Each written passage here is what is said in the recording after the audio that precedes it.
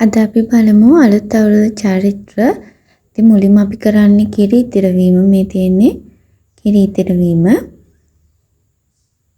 මේ විදිහට අපි මුට්ටියකට කිරි දාලා නැකත් වෙලා වෙනකන් ඉන්නවා. ඉතින් මේ තියෙන්නේ පොල් තෙල් පහන. එතකොට අලුත් අවුරුදු කෑම මේසය අපි මේ විදිහට සකස් කරනවා. සිංහල අවුරුදු කෑම මේසයක් තමයි මේ තියෙන්නේ. කැවුම්, කිරිබත්, කෙසෙල්, මෙතනදී මුං කැවුම් වගේ දේවල් තියෙනවා. ඉතින් මේ තියෙන්නේ ඇත්තටම කිරි ඉතිරවීම. කිරි ඉතිරලා යනවා. ඉතින් මේකෙන් සුබ ලකුණක් කියලා තමයි කියන්නේ. විශ්වාස කරන්නේ. ඉතින් මේ සුබ මංගල්‍යයක් කියලා. මේ විදිහට ඊට පස්සේ කැවිලි මේසෙ පොල් තෙල් පහන පත්තු කරලා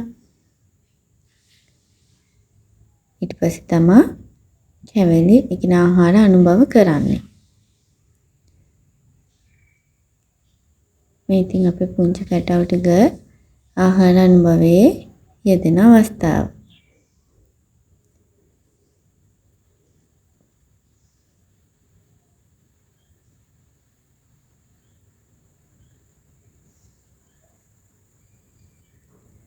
එයාලා හරිම සතුටින් මේ අවුරුදු කැවිලි ආහාරයට ගන්නවා.